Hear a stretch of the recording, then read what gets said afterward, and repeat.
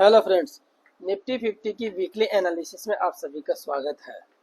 Nifty 50 ने हमारी closing की है इस बार 24,426 के पास में। इस वीक की क्लोजिंग अपनी वीक हुई है। वीकली क्लोजिंग को समझे तो हम इसी कैंडल को देखो तो वीक क्लोजिंग हुई है अपनी। ये वाली क्लोजिंग अपने इसके ऊपर होती तो अलग डिसीजन होता और इसके हिसाब से हम क्या क्लोज निकालेंगे आगे चल के डिस्कस करेंगे। मंथली देखें तो मंथली पे देखो हमारी मंथली क्लोजिंग हो चुकी है। तो पिछले मंथ यानी जुलाई का महीना ये अपना जुलाई और ये अगस्त के महीने की क्लोजिंग अपनी पिछले जुलाई के महीने की क्लोजिंग से नीचे हुई है। ठीक है, तो मंथ के हिसाब से भी हमारा ये क्लोजिंग इसके नीचे हुई है, लेकिन है करेक्टिव है। किसका करेक्टिव है देखो ना, आप इसको समझो। इस वेव का ये करेक्शन एक छोटा सा पीस है। इसका मंथली के हिसाब से देखोगे तो आपको इस लेग का एक छोटा सा पीस है।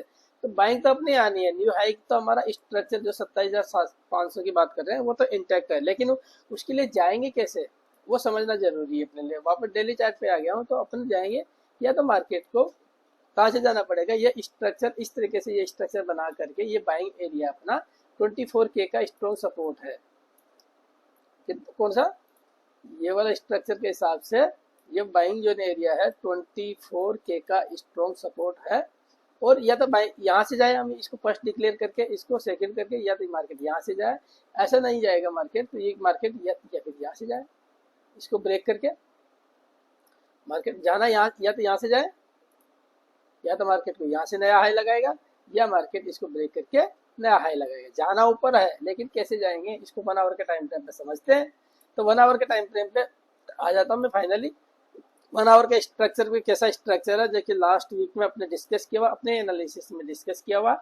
क्या डिटेल में डिस्कस किया हुआ कि स्ट्रक्चर को एज ए हम मोटिव की तरह रीड कर रहे हैं। इसको एज ए 1, ये 1 2 3 4 और 5 ये मोटिव हो गया। तो ये हाई टाइम फ्रेम का एज ए 1 बन सकता, और ये 2, और ये फर्दर इसको पहले यहाँ तक देखेंगे हम, या फर्दर इसको कंटिन्यू देखेंगे। लेकिन पहले यहाँ पर का व्यू यही था कि हम इसको 600 तक देख सकते हैं, लेकिन वहां से 600 से तो ये 400 तक आ चुका है, यानी कि 200 पॉइंट और डाउन जा चुका है। तो ये फॉर्मेशन कैसे हुई है, तो अपना ये वाला व्यू रहने वाला है, या इसको टेक करके हम ऐसे जाने वाले हैं, तो इसको समझते हैं।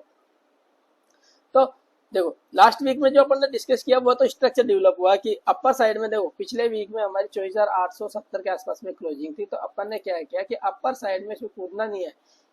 25,020 का अपने लिए रेजिस्टेंस है, 25,020 का रेजिस्टेंस है। तो वहां से ही मार्केट गिरा है।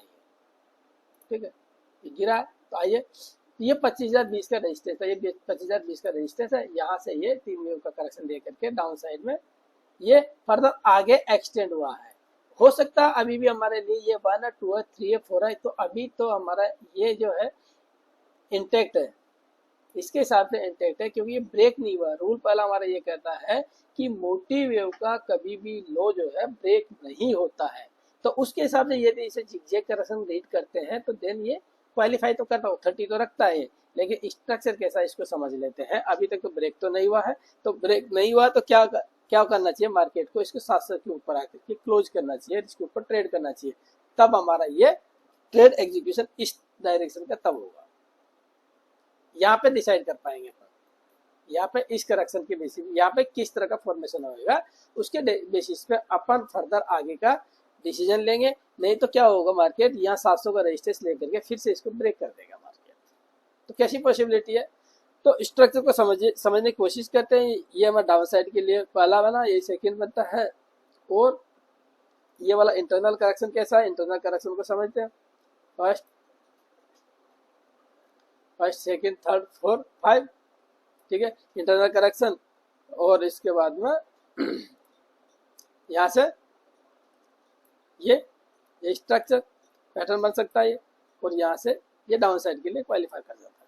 700 का रेजिस्टेंस लेते हैं, कैसा जाएगा 1 2 3 4 और 5। ठीक है, तो स्ट्रक्चर वाइज ये वाला आने वाला वीक बहुत ही वो इम्पोर्टेंट रहने वाला। लेकिन फिलहाल के लिए क्या देखेंगे अपन, इस वीक में इसको सपोर्ट लेके चलेंगे। 24,400 को सपोर्ट लेंगे। एसएल की प्लेसमेंट इसके नीचे है, और यहाँ से एक अपसाइड के लिए 300 पॉइंट्स है अपने पास में। ये 300 पॉइंट्स है। फिर यहाँ से डिसाइड करेंगे कि यहाँ से मार्केट ये डायरेक्शन दिखाएगा या अपसाइड दिखाएगा। पॉसिबिलिटी ज़्यादा ये है कि यहाँ से इसको टेक कर देगा। यहाँ से एक पहले तो क्या मिलना चाहिए अपने को, पहले तो अपने लिए यहाँ से ये मूवमेंट है, एक तो ये, ठीक है, और दूसरी मूवमेंट यहाँ से हमें रिवर्स मिलता है तो यहाँ से एक मूवमेंट ये है। दो ट्रेड सेटअप है 1 आवर के हिसाब से, ठीक है। स्ट्रक्चर जो बनने का वो इसकी पॉसिबिलिटी किस तरीके से डेवलप हो सकती है, स्ट्रक्चर मैंने आपको एक्सप्लेन कर ही दिया कि ये किस तरह का स्ट्रक्चर हो सकता है, ठीक है फ्रेंड्स। तो बाकी इसमें बाइंग ही आनी है, बाइंग का आनी है, जैसे हमने अभी डिस्कस किया डेली के हिसाब से। ये बाइंग एरिया, ये स्ट्रॉन्ग सपोर्ट एरिया है 24,000 का, 24,000 का ये वाला स्ट्रक्चर जो है अभी भी अपना, इसमें कोई बदलाव नहीं है। हो सकता है ये 3 वेव का करेक्शन करके यहाँ से ये दे दे, यही पॉसिबिलिटी है, ठीक है फ्रेंड्स। मिलते हैं अगले फ्रेश लर्निंग वीडियो के साथ में, तब तक के लिए जय हिंद, जय भारत।